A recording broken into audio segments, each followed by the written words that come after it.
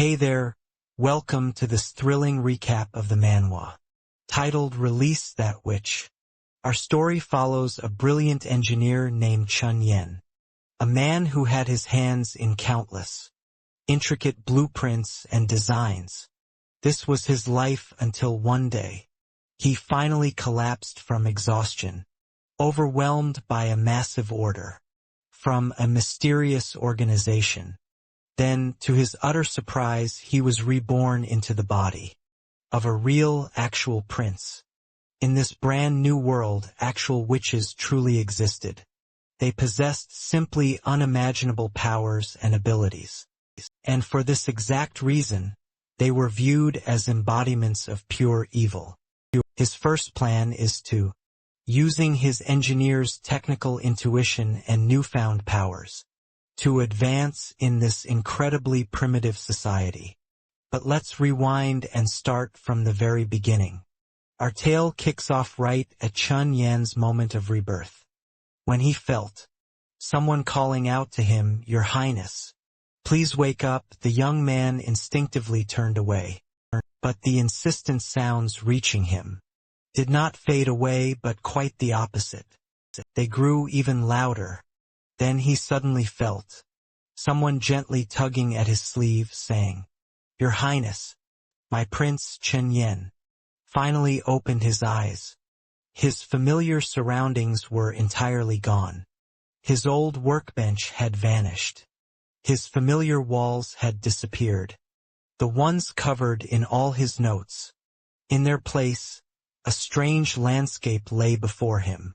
A round square, encircled by small houses, and a tall gallows erected right in its very center, now dominated his entire field of vision. He was sitting there, on the opposite side of the square from the execution site. Beneath him was not a soft cushion, swivel office chair, not anymore, but a cold, hard wooden chair instead. A small group of people was also with him, all intently observing him. Several of them were dressed like medieval lords and ladies from Western movies, and were struggling to suppress their giggles. Our hero was completely bewildered, as he thought to himself, "What in the world is happening? Was I not rushing to finish my blueprints? The deadline is literally tomorrow." For 3 relentless days he had to work overtime, which ultimately resulted in this predicament. His mental and physical strength were pushed to their absolute limits. He could only vaguely recall this moment, that his heartbeat had started racing frantically, and all he wanted was to collapse onto his desk and get some rest. Suddenly that voice resurfaced again. "Your Royal Highness, it is time for the execution. Please declare your decision." The person speaking was none other than the very man who had been discreetly tugging at his sleeve just moments ago. His face appeared quite aged and worn, around 50 to 60 years old, and he was dressed in pristine white robes. Is this all just some bizarre dream? Chun Yen mused to himself, licking his parched dry lips. A decision to execute someone. What other kind of decision could this even be? But as he begins to focus, memories of the previous owner of this very body instantly flood his mind, making everything crystal clear. Our protagonist, it seems, has been reborn as the 4th prince of the kingdom of Greycastle itself. Roland Wimbledon, of course. The family's patriarch had cunningly distributed all his children to various territories and lands, all under his vast control, promising them that in 5 years, whoever among them ruled their domain with the most prowess would ultimately inherit the entire kingdom. In the old geezer's eyes, this seemed like a perfectly fair competition. But in reality, Chun Yen couldn't help but notice. They were practically playing some kind of grand computer strategy game. And honestly, what the heck? How could anyone truly ensure equal starting conditions for everyone? All his siblings were already far superior to him and held significant advantages. The first prince possessed skills of unimaginable combat prowess. The second commanded immeasurable wealth and resources. The first princess wielded formidable military might, while the second princess was unbelievably brilliant and cunning. Meanwhile, the fourth prince was practically a complete waste of precious oxygen, devoid of any discernible talents whatsoever. However, to be completely honest, this was entirely his own fault, because his entire life up until this very point, he had only ever squandered his father's hard-earned money. And the young man was deeply in love and completely smitten. To publicly execute individuals, this most likely indeed, these two key factors were more than sufficient for the king to exile him to such a distant and desolate land, a place so desolate and wild that even wolves would fear to roam, to force him to dwell among the lowliest rabble in the deepest wilds, in a place where the very cobblestone streets were often, where piles of excrement were simply an everyday occurrence, and then finally perish from some terrible, festering plague. What a truly magnificent plan that sounds like, I must say. But fine, we can discuss all of that a little later on. For now, though, we absolutely must deal with this execution. Chun Yen quickly scanned his surroundings, and his momentary confusion swiftly began to dissipate. The entire crowd surrounding him was staring fixedly at the center of the square, towards the gallows, and a good many of the townsfolk were gathered there too, wildly gesticulating and waving their arms, yelling loudly, even throwing stones at the execution block, and the lone, condemned figure standing upon it. Chen Yen had only ever seen such an archaic execution device, only depicted in films and ancient tales. The gallows themselves were composed of two stout wooden pillars, towering up roughly 4 meters into the sky, between which a sturdy crossbeam ran, holding a thick rope, one of its ends firmly tied to the gallows itself, while the other was carefully fashioned into a noose around the prisoner's neck. Or rather, to be completely accurate, it was around the neck of the accused, which the throngs of peasants gathered all around truly believed this woman was the devil in human form, and held her responsible for all of their misfortunes. They were absolutely brimming with anticipation for the execution. Chen Yen, quite obviously, could not possibly condone such a reckless and cruel act as hanging another innocent human being, merely for the sake of satisfying a rabid mob. He quickly snatched away the official papers, which the elderly man was nervously clutching, flung them to the ground, then loudly proclaimed, "You must free this accused," which the entire agitated crowd immediately falls utterly silent, turning their collective gaze to the new ruler. They simply couldn't comprehend what he was even thinking. Witnessing the peasants' reaction, Chen Yen wearily yawned, explaining that he was feeling rather quite exhausted. Therefore, the entire proceeding would be postponed until tomorrow. Shaji immediately attempts to earnestly persuade him to change his mind. In addition, coming forward, the formidable head of the Knights Guard, Carter Lannis, steps forward, urging them to think everything through carefully. Once a witch's true nature is laid bare, she must be dealt with swiftly, because if not, other witches will come to free her. It's quite funny how a colossal knight, whose single arm is wider than his entire body, a condemned one, fears an escape. The Lord didn't yield to their pleas, stating, "Wouldn't it be better to just capture them all at once, when they inevitably come for her?" And besides, he really wanted some rest anyway, so everyone could just disperse. Carter seemed as if he wanted to say something more, but apparently changed his mind. Back in Border Town, instead of the fourth prince's temporary residence, the latter left the anxious night outside his chambers. Finally he had the chance to be completely alone, and sigh in utter relief. A man who had spent 90% of his time handling matters via a computer, it seemed he had just completely overstepped his comfort zone. And honestly, the last time he had to interact with so many people was during New Year's celebrations. Now calm, our hero decided to pull himself together. Yes, he'd landed in a barbaric and dark feudal era. From now on, he would have to live without the internet and modern conveniences of civilization, but no matter what, he had been granted something like a second chance. So perhaps he wasn't really in a position to complain about it. Perhaps even very soon, the protagonist would begin to improve this new life of his.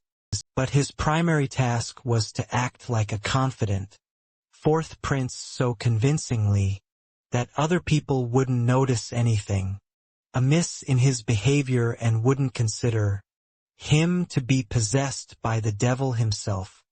From this moment forward and forever, Chunyen was now Rolton, or rather, Roland. Forgive me for that little joke. The scene then dramatically shifts to the dark dungeon, where our hero is about to finally face the mysterious witch.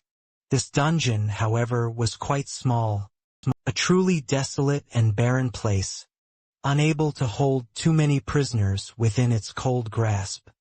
Alongside Prince Roland, several other figures descended, including the ever-loyal Carter, still desperately trying to make Roland reconsider this dangerous move.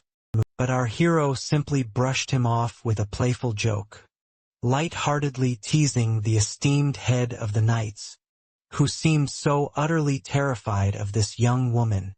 But she is a true demonic hand, Carter protested. The blonde knight vehemently objected to his words. Meeting her is incredibly risky, truly a perilous endeavor. Even if she is sealed by the medallion of divine retribution, she is still far from being safe. Although the knight was a truly skilled orator, he found himself at a complete loss for words, ultimately giving up on trying to change the prince's mind. The ancient dungeon walls were constructed from formidable solid granite blocks. The deeper they plunged into the dark abyss, the narrower and more oppressive the corridor became. It was now the biting cold of late autumn, and the temperature was chillingly low.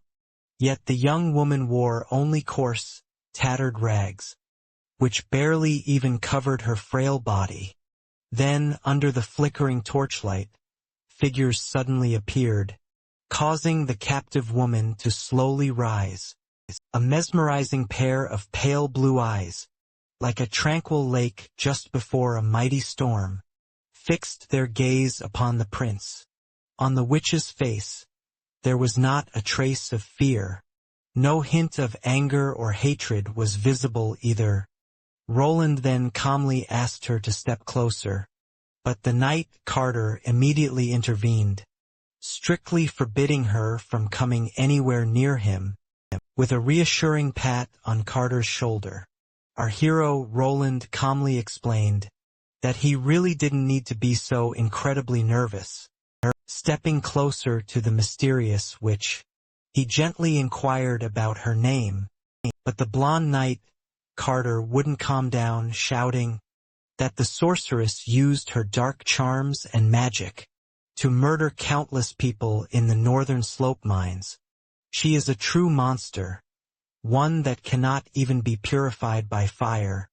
Utterly tired of the knight's relentless whining, Roland gave Carter a light, playful smack on the head and firmly ordered him to keep his distance while he spoke to her.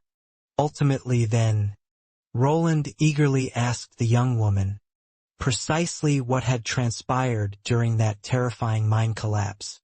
He truly desired to hear the entire story, every single detail. Anna, the woman known as the witch, then nodded slowly and began to vividly recount the situation. The prince was more than a little surprised. He fully expected her to stay silent, perhaps even curse him with rage. But astonishingly, instead, she simply and quite obediently narrated everything, every single detail with clarity. It was a straightforward story, easy to follow, yet undeniably a deeply sorrowful one. The young sorceress's father had been a hard-working miner, and when the mine collapsed, he just happened to be there, trapped and crushed beneath the rubble. Immediately after that, as the news of the devastating accident spread, Anna and 7 other brave workers rushed to the site, desperate to rescue their beloved family members. Her father was eventually found, but shockingly, right beside him another miner was shamelessly rummaging through his pockets. The witch's neighbor, Uncle Ansgar, furiously pounced on the thieving man. During their brief, intense scuffle, he unfortunately lost, and just as the bald man prepared to deliver a brutal final blow with his pickaxe, Anna bravely intervened, extending her trembling hand forward. What happened next was something the young woman herself still didn't fully grasp, but a furious flame ignited deep within her eyes. Then, suddenly, everything around her erupted in a blinding flash, plunging her into utter, complete shock. Ultimately, the thieving man was burned completely to ashes, leaving absolutely nothing behind but mere smoldering ash. Because of this horrific incident, the neighbors branded the blonde woman a witch, and as she desperately left the mine, she desperately pleaded with them not to tell anyone what exactly had happened down there. And what was truly most surprising, they actually swore they would never, ever again speak of this terrifying incident. A logical question then formed in the protagonist's mind. How did it possibly come to be then that Anna still ended up imprisoned in a dark dungeon? Did those very people betray her after all their promises? But astonishingly, it was not them. The absolute worst, most heartbreaking part of this soul-crushing story still awaits at the very end. As the sun rose the very next day, her father emerged on crutches, reporting to the patrol. His own daughter was a sorceress. Just then, the old geezer Bearov bursts in. That is his name, just so you know. Shouting out loud with these words. Oh, now do you finally see? Your Royal Highness. She confesses everything herself. She simply must be executed right away.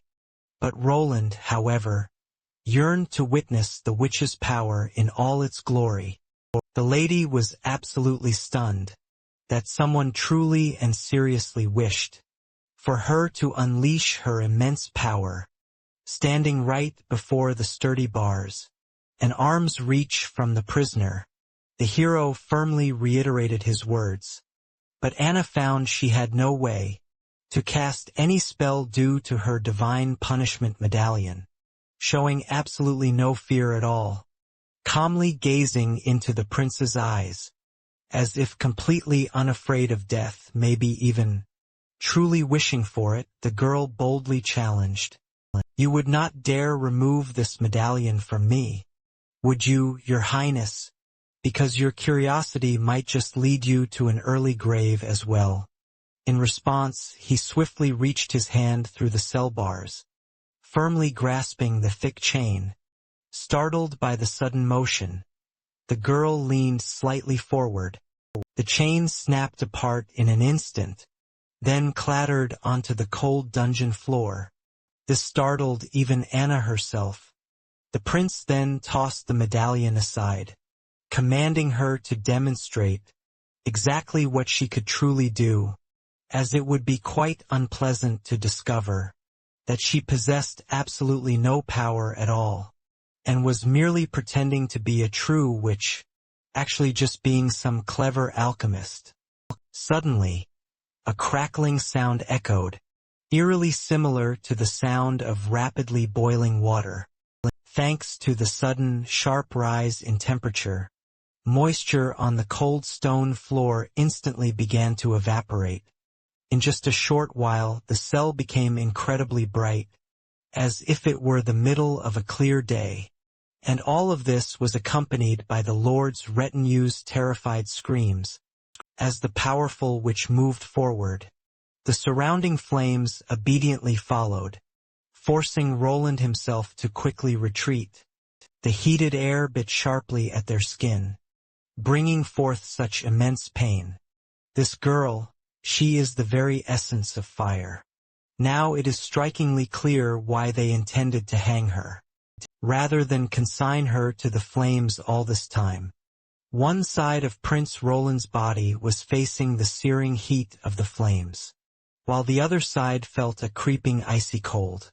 He was also incredibly aware of the cold sweat, relentlessly streaming down his very spine.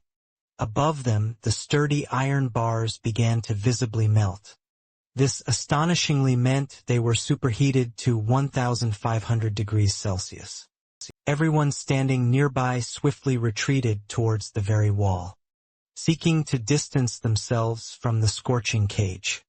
If they had not moved quickly enough, then the immense heat being emanated by the melting iron would have been more than enough to kill them even without any direct physical contact.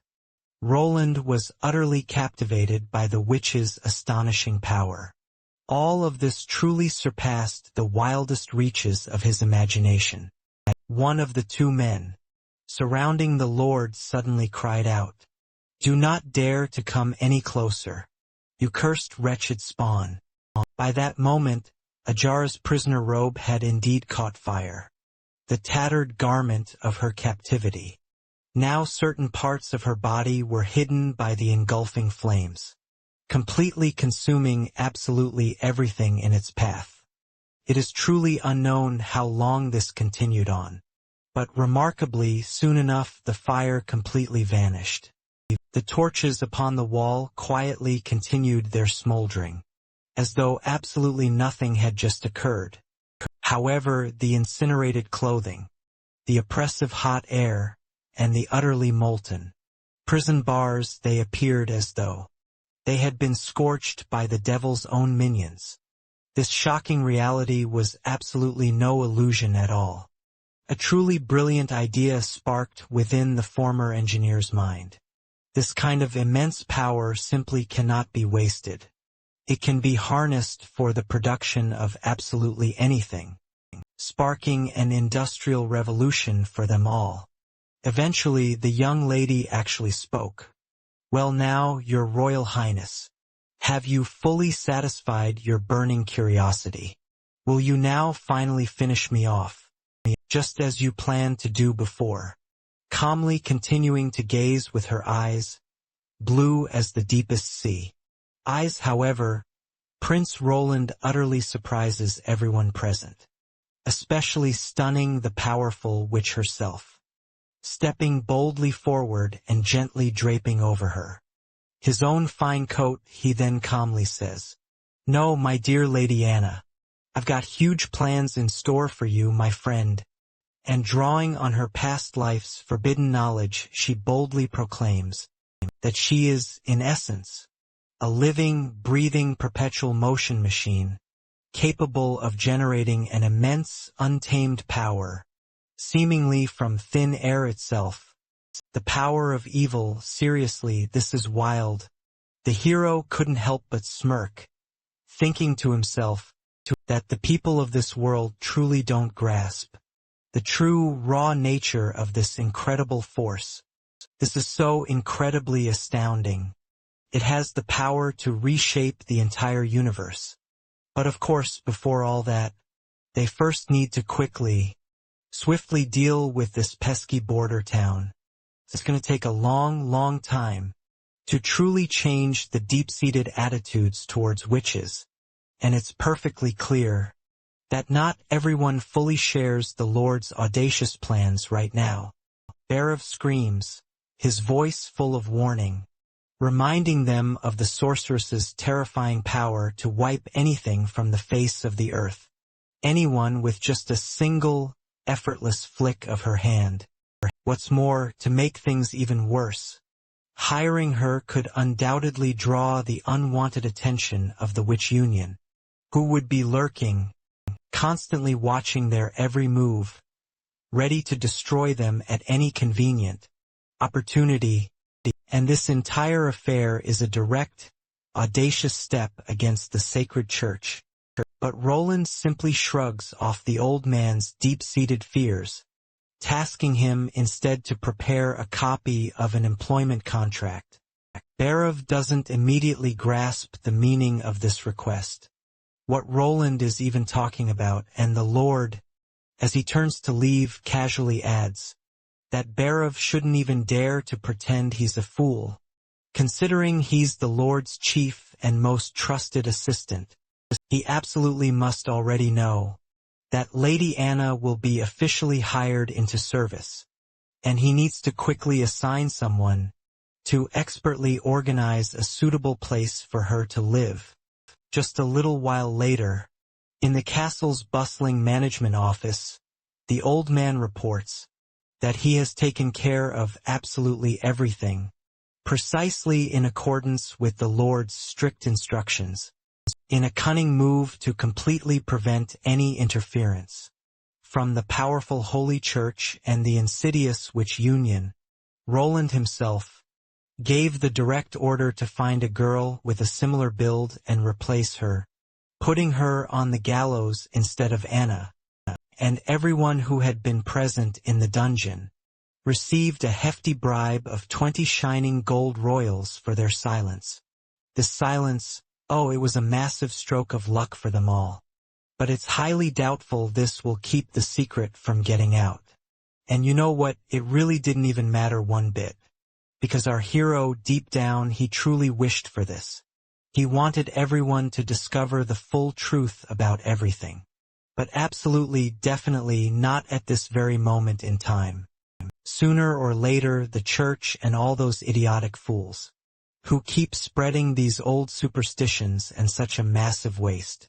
Such valuable and precious resources, it's truly appalling. Bhairav, once again, he passionately reminded everyone present that keeping the sorceress alive poses such a tremendous risk. One that will surely bring about so much trouble in the future.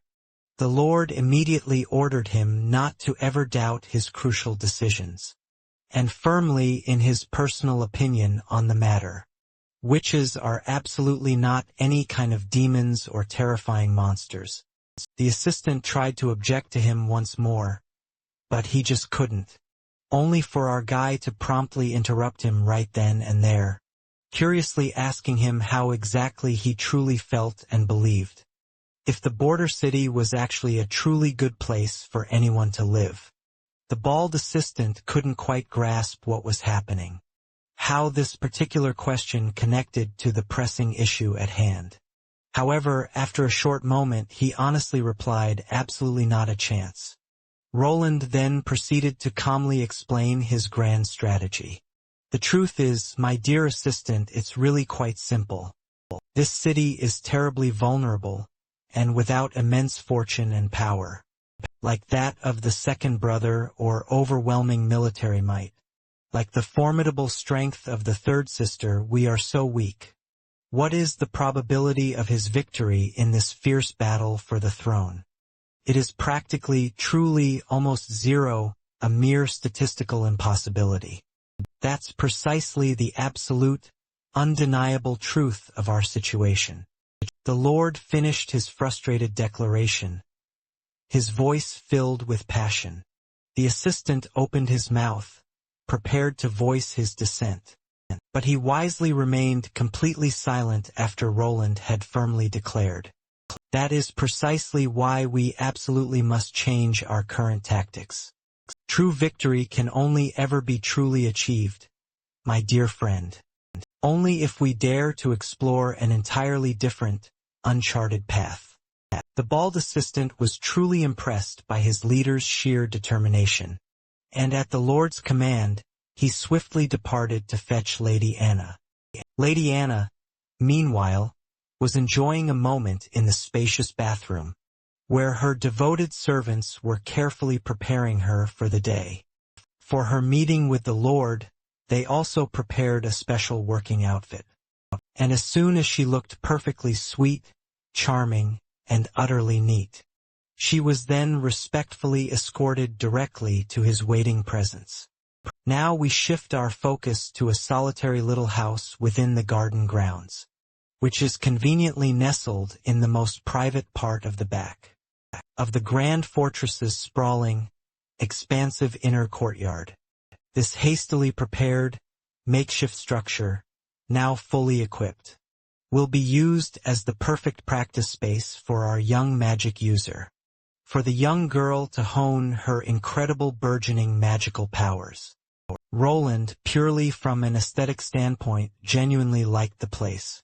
But as a lab, it's still quite unrefined, I must say. The moment I get the chance, I'll need to improve it significantly. Finally, a transformed which stood before him, looking like a completely different person, compared to her previous self from the dungeon. After a thorough cleaning, her long flaxen hair, which once hung like a drab veil, was now soft and radiantly shining, while her skin hadn't known proper care, due to her harsh life as a commoner. The recent pampering gave Anna's face a fresh glow, highlighting her youth. Next, there was the outfit that Roland had meticulously selected to satisfy his rather specific tastes. The thick protective clothing, worn by blacksmiths, for instance, was far too bulky and simply unsuitable for her. Meanwhile, the flowing robes that mages wore in games seemed elegant and incredibly stylish, but in real life they restricted movement and quickly turned to ash. So regarding a maid's dress, well, is there anything better than such an outfit? Even if this world lacked modern maid outfits, that wasn't a major problem at all, since the local uniforms actually served as the foundation for creating dresses in subsequent generations. So Roland took one set and requested to have it scaled down to Anna's size, shorten the skirt, change the long sleeves to short, rounded ones, lower the collar slightly, and then embellish it with a cute bow, thus creating a brand new witch's uniform. Now standing in the garden, a place utterly unlike her prison cell, the girl couldn't find an answer to one burning question. Why did he want her? After all, she was a sorceress, who brought only evil and pain to everyone who came near her. Wasn't the Lord afraid of her? He interrupted her, saying, "No, Miss Anna, I'm not afraid," making her blink in stunned surprise with her beautiful large eyes. His piercing blue eyes.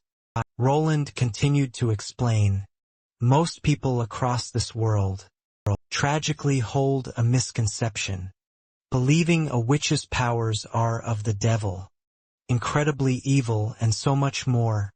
But in truth, most only fear what they simply do not understand, or those they do not know." Of course, he possessed no solid proof that her power wasn't demonic in origin. Arguing against that would be tough. Yet one undeniable truth remained. She was the sole master of her own power, so he could help her learn to fully control and unleash these mighty abilities. Later, back in the house, fire erupted from beneath Anna's feet, but swiftly died down. This was just another of countless attempts, and once again it had failed. Beads of sweat trickled down Anna's brow, and the young lord asked cautiously if she felt capable of continuing.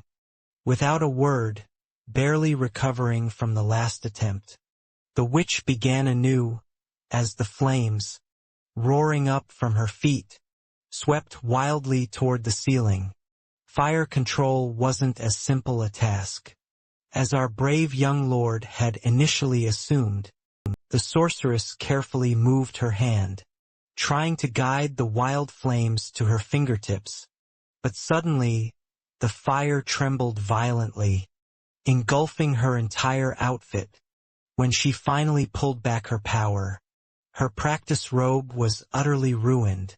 Luckily, the Lord had ordered many spare robes prepared, and it was a good thing she'd changed for practice. It would have been a great pity to incinerate her regular attire. In fact, if it weren't for Roland's hesitant, yet firm objections, she likely would have stripped off all her clothes and trained in the nude, even in broad daylight. But despite the truly stunning view, he had to politely refuse such a notion, since concentrating on their practice would have been incredibly challenging. Suddenly, Barav rushed in with urgent messages, and the head knight had arrived with him. A patrol unit had discovered fresh tracks of demonic beasts. It seems the months of demons will arrive at the beginning of this year. The former engineer, who ended up inside the Lord's body, naturally had no idea what that meant. Yet everyone shared the same fear. Even Anna grew even more tense. The assistant fanned his curiosity, assuming the boss had simply forgotten about it, and began to explain. Every year after the first snow, sunlight weakens and grows dim, and at that very moment, somewhere in the mountains the gates of hell open. The border city becomes completely defenseless, so all residents retreat to the Longsong stronghold. Iklansun, the Lord's own safety comes first, so he needs to prepare and leave as soon as possible. He then asked, "Has anyone ever personally seen the gates of hell?" Barav shook his head. "How could ordinary folk see them?" "Don't talk nonsense. Your Grace, the mountains, where they are located, are impossible to cross. Even if you get close to them, you'll be affected by harmful vapors. First you'll feel a slight headache, and in more severe cases you may go insane." Only then did Lysick fall silent, continuing only after that, when the hero asked what he meant by that, unless the person who goes there is a witch, because they have received the blessing of darkness and became servants of the devil, which means the dark fumes shouldn't affect them. But surely someone must have seen demonic beasts. The young man asked, "And what do you think?" The old man didn't know the answer to that, since he himself, just like the Lord, had only ever been in the border city. Roland began to think. If everyone has to be evacuated once a year, then how can this place ever be developed? Initially he had thought that the city was a desolate wasteland, ripe with potential for development, yet now it had become an impossible dream. Our protagonist then declared that if a formidable fortress, Longsong Valley, can withstand the demon months, then these demonic beasts aren't truly invincible. So why shouldn't they attempt to stop them right here? Eric, completely horrified by this wild plan, quickly explains that the fortress boasts massive towering walls, and the Duke's elite troops are stationed exclusively there. This simply cannot compare to their own small, weak little town, not at all. Originally, the border town was strategically built to warn the fortress of any impending attacks. Thus, it was strategically positioned between the slopes of the northern mountains and the Cheshui River. But our brave protagonist, Roland, remains absolutely unyielding and orders his assistant to gather every capable person, the local guard, all the hunters, anyone who possessed experience fighting monsters. After his bald assistant departed, Roland then headed into the garden with Sanaa. There, sitting within a small gazebo, they enjoyed some delightful treats, and our Lord Roland asked her to explain more about the dreaded months of demons. The young woman immediately complied. Her tone grew exceptionally somber, as she vividly described this absolute nightmare, where only death and despair reigned. So listen up. Unlike the privileged nobility, the common folk are tragically forced to suffer many times more intensely each year when the horrific arrival of these hellish creatures is announced. The local peasants, for instance, those toiling away in the mines, transport all their mined resources to Longsong Fortress to exchange for vital food supplies and a bit of gold. The primary imports from the border town are, in fact, various valuable mineral resources, and until winter finally ends, all the people are forced to take refuge inside the fortress walls. Sometimes this grueling period lasts for nearly 4 months. It might seem, what's the big problem? But it's then revealed that Duke Clonsona, before Roland's arrival in town, she also ruled the city with an iron fist, and he laid down some truly draconian rules, that all minerals extracted from the mines must be surrendered to him in exchange for just a bit of food. You might think that these precious minerals would fetch a high price, meaning a bountiful supply of provisions in return. But of course that was never the case. The fortress government only trades all the hard-earned for a pathetically meager amount of rations, barely enough to survive for a short time. For instance, for all the resources they manage to gather during the autumn season, they only receive enough food for a maximum of 3 months. And if winter stubbornly drags on beyond that, the desperate residents of this border town are forced to face a horrifying death by starvation, because abandoning their homes to search for new minerals is simply not an option. As you can probably imagine, with such severely limited supplies, the strong inevitably prey on the weak, trying to seize what little they have. And because of these brutal conditions, many tragically perish before the dreaded demon months even end. Our hero, Roland, fell deep into thought. Now that he has finally arrived here himself, this unjust situation simply cannot be allowed to continue. Minerals must not be valued merely by the food they exchange for. He also keenly observes that for a young woman like Anna, it must have been an unimaginably harsh struggle to endure such a life.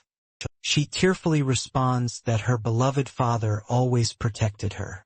And then she reveals that those paltry 20 gold coins that she was traded for, given to him for that monstrous deed, would actually last him for quite a long time.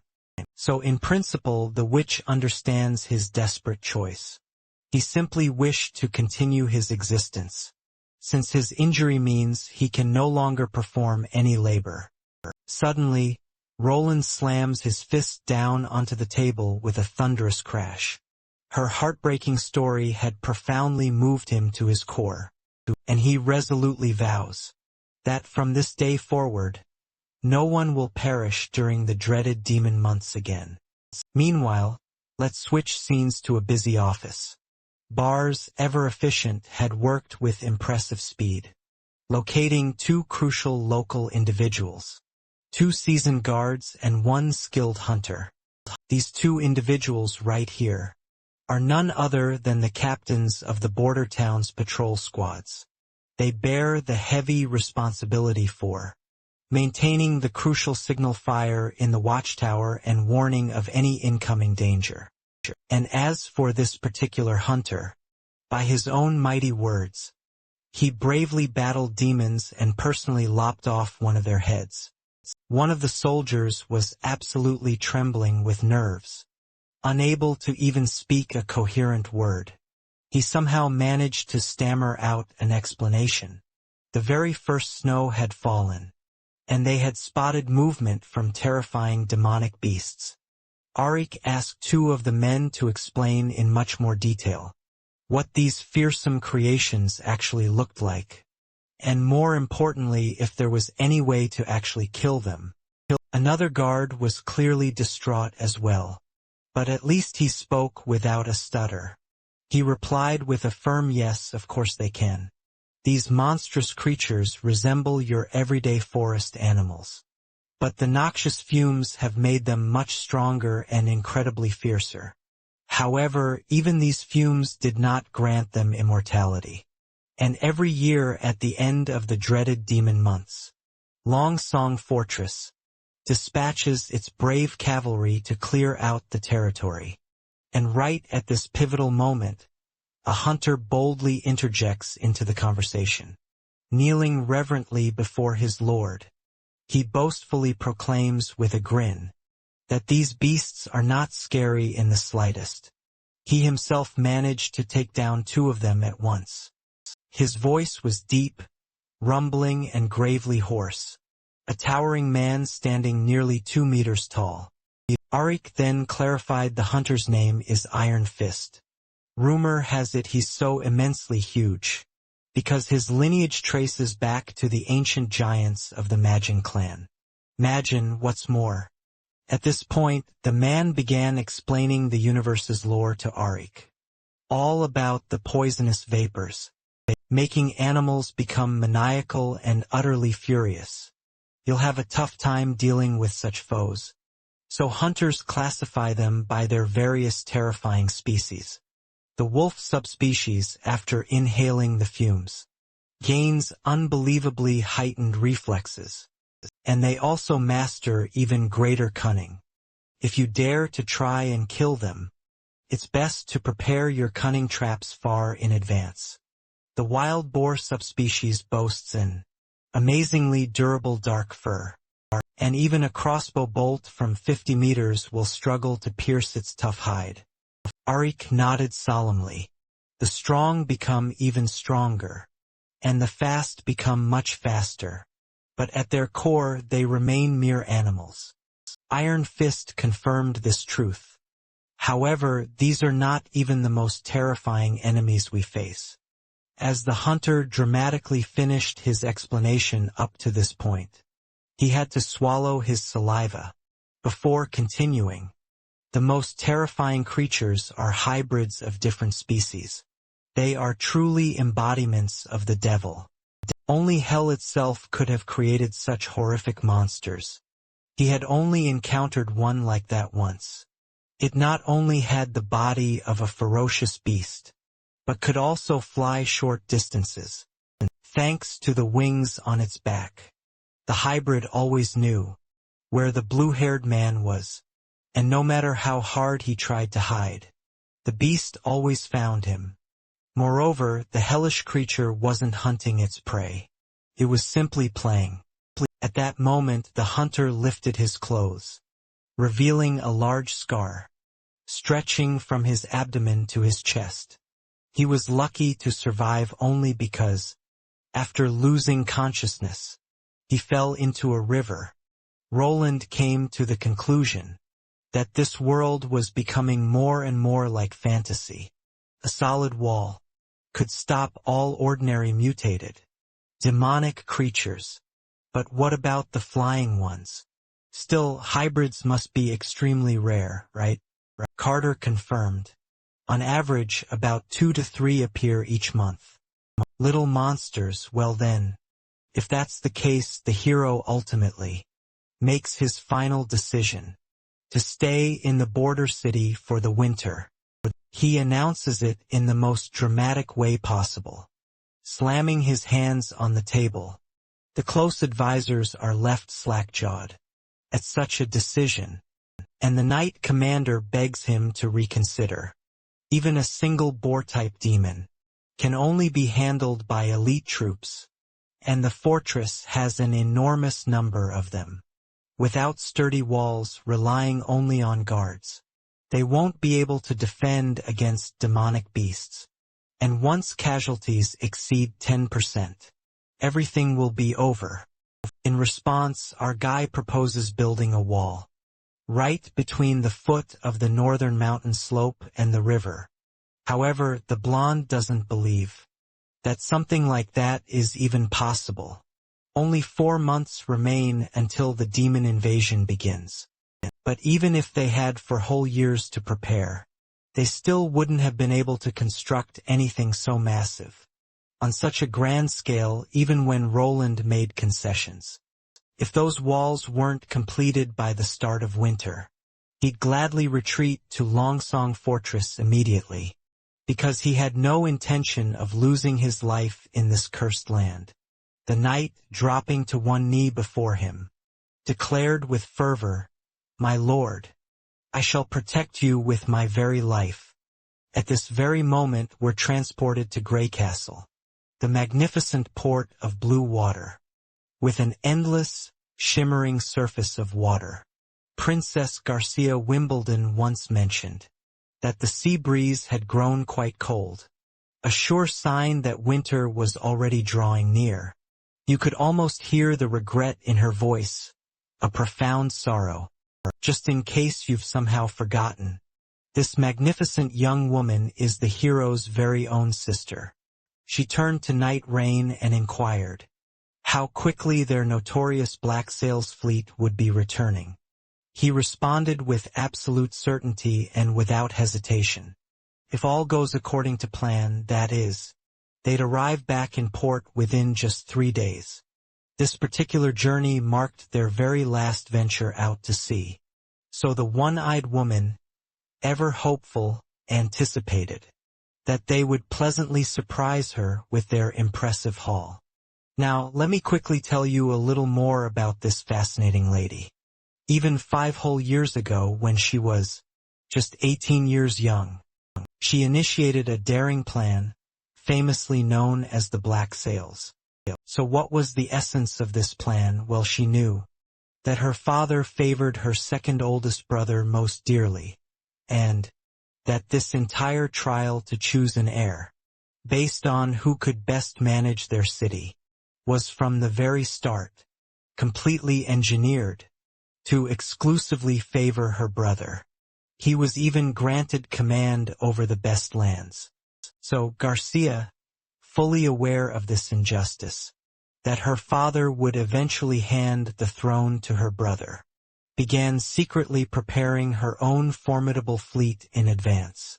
A fleet capable of sailing out from port, changing its sails and plundering the ships of other cities and even neighboring countries. In essence, they were brazenly engaging in piracy. This audacious move brought her immense wealth and power. But astonishingly, these drastic measures weren't for personal gain. She never kept any of the plundered treasures for herself, to rebuild the city or aggressively expand its trade routes. She simply poured everything back into the shipyard, to build new ships. As a result, over the past few years, Garcia recruited a large number of experienced sailors, fierce warriors, and won over the minds and hearts of common folk, since Beiji allowed taxes to remain unchanged. So what does that mean? The one who governs their territory best gets to take the throne? No, not at all. The throne will go to whoever has more ships and loyal soldiers. Meet the third princess of Grey Castle, Garcia Wimbledon, a determined woman who relies on her insight and strength to seize power. Then a conversation began between Ray and Garcia. The latter remarked, "It seems our little trick didn't work." The blonde replied that news had come from the border city, that the operation to mix poison into the pill had failed. There's still no word from the other places. Garcia calmly noted, "If there's no news, then that means The spies she sent were killed by her brothers. Just as expected, Garcia was disappointed that even the youngest, Roland, survived. But apparently, her plan worked and that idiot drank the poison. Only, who could have guessed that some engineer would possess him? Oh my God. A failure is a failure, and Garcia has no interest in hearing excuses anyway. Instead, she said that the months of demons would soon begin, and her dear little brother would run for shelter to Longsong Fortress. And when the demonic beasts attack, total chaos will break out there, which they can take advantage of. So the girl ordered them to write to that kingfisher, telling her not to screw this up. Oh right, and that pill was bought from an alchemist. As he claimed, it would be colorless and tasteless, and melt in the mouth. Once ingested, there's no cure. The knight nodded in confirmation. Alright, so then, Zevnuvan Garcia ordered his execution, ensuring no more untested poisons would ever be sold. The very next scene brings us Anna, peacefully sitting on a quiet bench, where she encounters her esteemed teacher, Karl von Bate, and he gently asks her if she's engrossed in tales of nobility or the history of religion. The young woman warmly greets him with a sweet, endearing smile, but before she can utter a single word, her innocent image shatters completely before his very eyes. He stands frozen, eyes wide with disbelief. Then he's suddenly plunged into a screaming, chaotic crowd, all of them vehemently accusing his beloved student, shouting that she's a witch, the devil incarnate, a cursed monster. Let me just remind you, from the previous scene, the bespectacled man vividly recalled every detail of her sweet, radiant smile. No matter what transpired, he simply could not imagine her as a terrifying or wicked person. But now, in this horrifying moment, the young woman was already hanging from the gallows. Seeing her in such a dreadful state, he violently slaps his own face, abruptly waking up in his office, gasping for air, still haunted by the terrifying vision of his student hanging, branded as seduced by the very devil, a filthy, cursed individual. All this talk of evil felt like pure nonsense deep in his heart. The man began to harbor doubts about the Holy Church. He questioned the very words that they had so boldly proclaimed. If a girl as utterly blameless as Anna could be branded pure evil incarnate, then the corrupt officials of Grey Castle, whose boundless greed could never be quenched, they were the true demons, escaped straight from the depths of hell. If they hadn't fraudulently swapped out the building materials for cheaper, inferior alternatives, just to selfishly save a mere few hundred gold, it wouldn't have caused the collapse of the brand new theater, a tragedy that claimed over 30 innocent workers' lives. They were the ones who truly deserved to hang. But did that ever actually happen?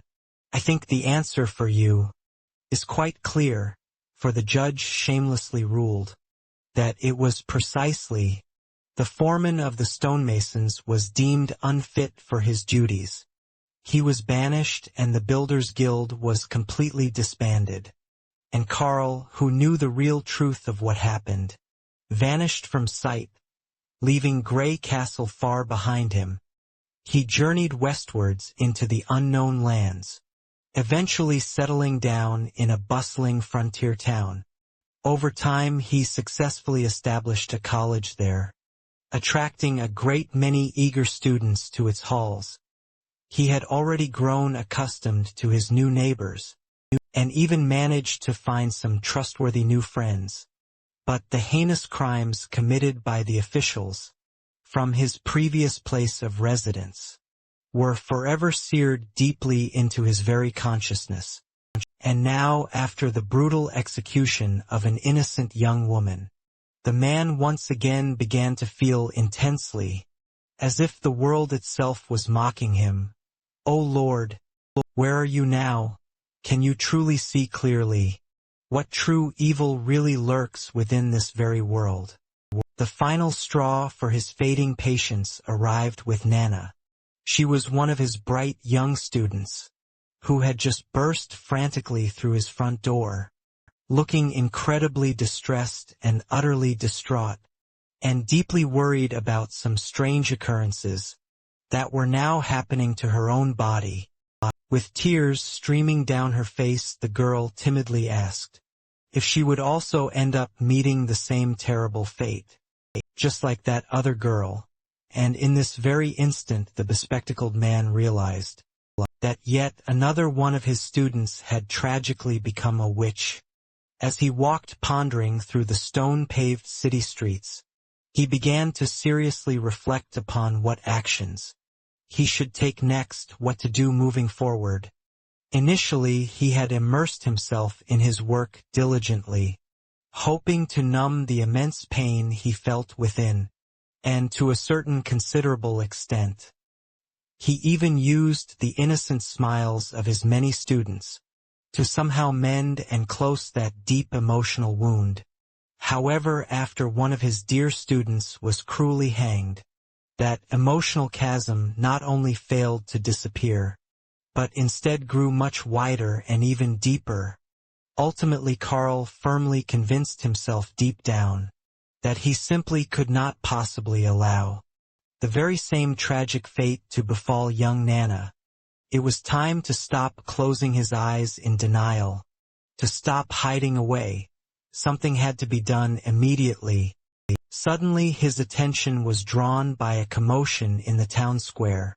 A sizable crowd of townsfolk had gathered by the announcement board, eagerly reading a new message from their local lord. He was hiring people to help develop their new district. He urgently needed experienced stonecutters, skilled potters, general laborers, and sturdy masons. It was quite obvious. Everyone would receive their payment. And what's more, individuals who clearly demonstrated exceptional experience and genuine diligence will be awarded an official rank. After hearing this, the townspeople grew even louder, since the money offered was quite good. You truly wouldn't make this much anywhere else. But Kyle Van Bate wasn't focused on that. He fixated on the seal and signature of the fourth prince. Roland Wimbledon. A sudden, bold idea struck him. Perhaps, just perhaps, through this recruitment he could meet the Lord personally. Rumor has it that His Highness's way of thinking differs significantly from the common folk, and he absolutely detests the Holy Church. The bespectacled man pondered deeply that perhaps he could persuade him that witches are not inherently evil. Of course, there's always a chance that he himself, as a witch's helper, would be hanged with Nana, because the Church's law states that those who protect or conceal sorcerers should be deemed as those who betrayed themselves and became a disciple of a demon, but still, despite the risks for the sake of the fallen Anna, for Nana who is still alive, and for his own sake, so the crack in his heart stops widening. He must take the risk and hope that Roland, who despises the Church, will treat its laws like worthless scraps. Finally, let us return to our hero and Carter, discussing the dimensions of the upcoming wall. It needs to be at least 5 meters high and 2 meters wide, and the passage must be wide enough for 4 people to walk through together, standing side by side. The knight quickly pointed out that they would then need to dig a trench, 1 person deep, to properly stabilize the upper part of the wall. Furthermore, given these massive dimensions, the base must be widened by at least double. The absolute maximum he can guarantee is if they have 350 skilled craftsmen, and everything will kick off all at once simultaneously.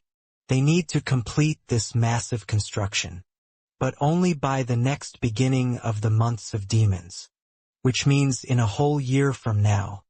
Roland, filled with curiosity, asks, "So what exactly is the main challenge here?" The biggest issue lies in the wall construction itself. They'll have to painstakingly select and polish every single stone, just to make sure, you see, that they perfectly fit and interlock with each other. Otherwise, the wall won't hold up strong for very long at all. Lord Roland decides it's time to begin with the trenches, both the digging and construction simultaneously. And as for the wall, he assures them not to worry at all. He calms his knight and then reveals some exciting news. A brilliant alchemical master, he says, is now producing an incredible new substance called cement, which will undoubtedly, without a doubt, completely astound and impress everyone. The knight listens, utterly captivated and focused, because in his entire adventurous life, you see, he has never once heard such an astonishing word. In the very next scene we arrive at a freshly constructed hut specifically for cement creation. The production process itself is surprisingly quite simple, as first limestone is crushed down into a fine powder, then expertly mixed with clay, and then with tiny iron particles. And then this incredible mixture is dried out, using either a dry or a wet method. This process is actually very common in this world, and especially within the border city itself. Absolutely everything is conveniently within walking distance. But the biggest, most crucial difficulty lies in reaching the precise firing temperature required. Roland himself could not recall, you see, the exact temperature that was actually needed. Even if he hadn't forgotten that vital information, he still had no way or means available to precisely measure and truly control it. So the design of the furnace had absolutely no sensors. He simply relied entirely on Anna's incredible abilities, who had, in fact, just moments ago finished creating the very first batch of this amazing material. When our hero went over to check on things, Carter was firmly ordered to stay right here and not approach. The reason for this strange command was apparently that the little witch had, once again, managed to burn her clothes, and her precious face was completely covered in a layer of grime. Although, thanks to the new wet processing system in place, the amount of dust was not excessive, but the scorching hot air, essential for the intense firing process, still generated a fair bit of waste material. My first and foremost question is, how did everything turn out? The young man promptly handed her a fresh robe. The sweaty, breathless maiden uttered, "I did not disappoint you, Your Royal Highness." Once immersed inside, Roland was momentarily engulfed by the sweltering heat. His breathing became quite labored, but with time he adapted to retrieve the crucial powder. Anna triumphantly succeeded. However, whether this incredible feat would actually work could only be determined after a thorough test. The young lady then inquired, "So why exactly do we even need cement?" Roland clarified that it is for constructing magnificent homes, sturdy bridges, durable roads, and so much more, for which it can be incredibly useful. And if this truly revolutionary innovation succeeds, then people will no longer need to worry at all about destructive strong winds, or even the terrifying quakes that demolish homes. He then gently stroked the little witch's head affectionately.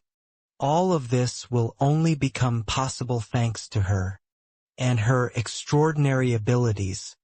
A little later, on the very next day, after the cement had been carefully applied, our determined trio gathered to thoroughly check how incredibly well everything had turned out.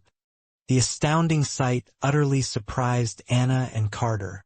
Several furnaces were fused together as if by magic. The blond-haired man then exclaimed, "Your Royal Highness, oh my, this is truly how cement works. It appears that it truly has joined these two stone slabs flawlessly." Roland knelt down, carefully scraped away the thin layer of frost that had appeared, then tried pressing it firmly with his finger, and the solid touch left him absolutely delighted. The miraculous mixture had completely solidified. Its incredibly firm texture was so different from the clay that they had used extensively before.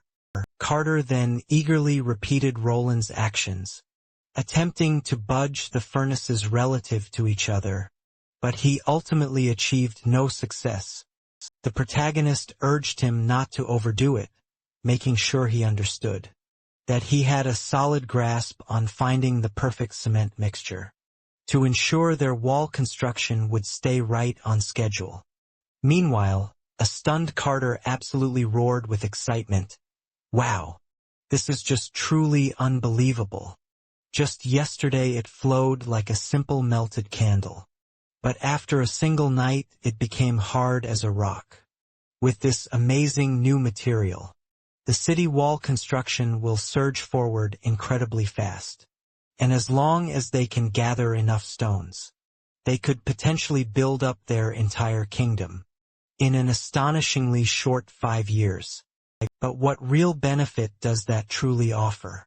The prince sharply countered, not even remotely considering such a grand proposal.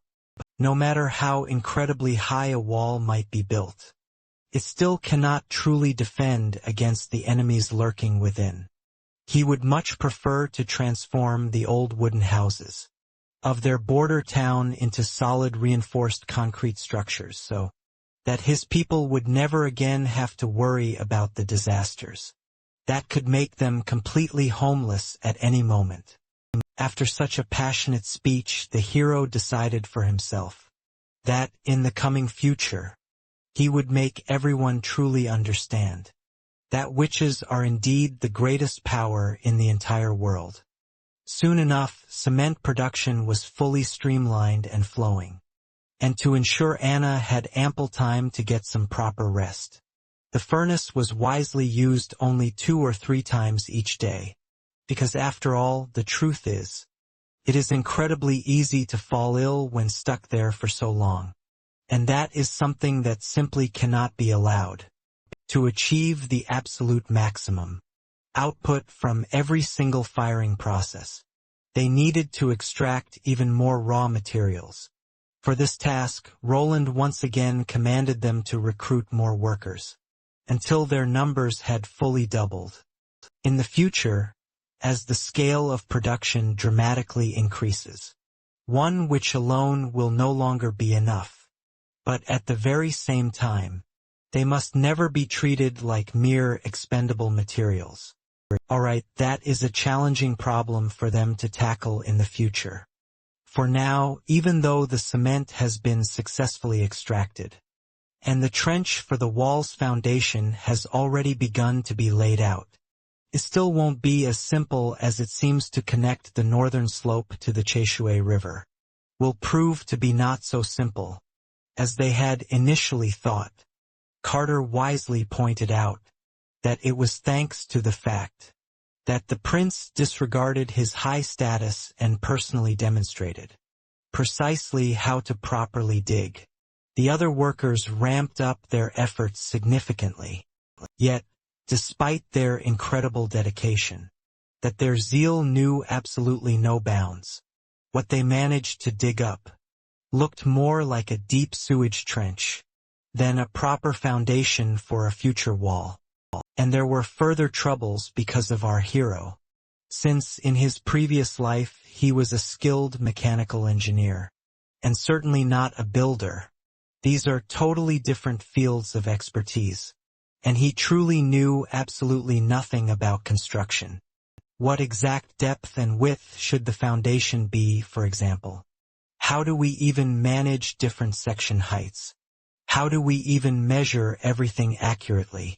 Back in modern times, we had amazing tools, like a proper leveling device. But here, there are absolutely no tools available. Thankfully, this particular struggle did not last very long. Just as Roland was preparing his sixth batch of cement, Barrow's assistant quickly reported that one person had responded to their recruitment announcement. They claimed he was a former member of the prestigious Stonemasons Association. Upon hearing this thrilling news, the protagonist nearly exploded with overwhelming joy. In his vast memories, this organization was so incredibly well known that even the fourth prince, the body's previous owner, had heard about it. He also knew the unfortunate details that they had been disbanded because of a tragic mass death of their workers. But honestly, he just did not care about that. The main thing was that this person had valuable construction experience. So with a quick, dismissive wave, the brunette ordered the bald man to bring the new hire in immediately. A short while later, back in the office, he initially considered asking Anna to step out, but then he quickly reconsidered, deciding that it would not cause any difficulties.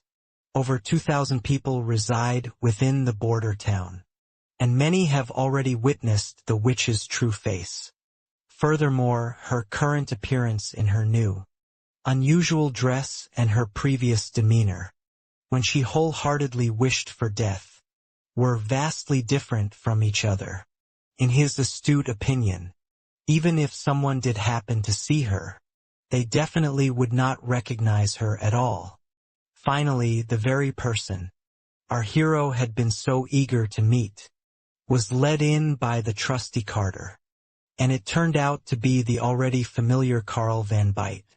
He immediately bowed to His Excellency, but the latter said, "It's fine, no need for formalities. Lift your head."